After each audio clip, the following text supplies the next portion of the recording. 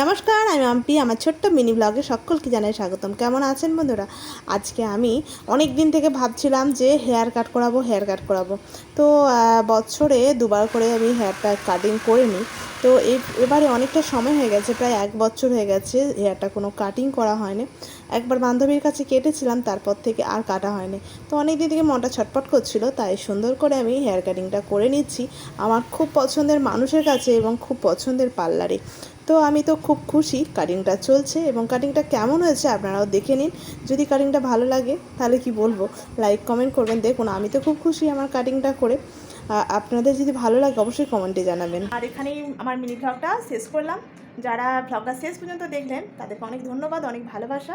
আর আমার হেয়ার কাটিংটা কেমন হয়েছে আমাকে অবশ্যই কমেন্টে জানাবেন। খুব সুন্দর, আমি কিন্তু স্বপ্নাদির কাছে সার্ভিস পেয়েছি, আমার খুব ভালো লেগেছে। আশা করছি আপনাদেরও ভালো লাগবে। অবশ্যই কমেন্টে জানাবেন। টাটা।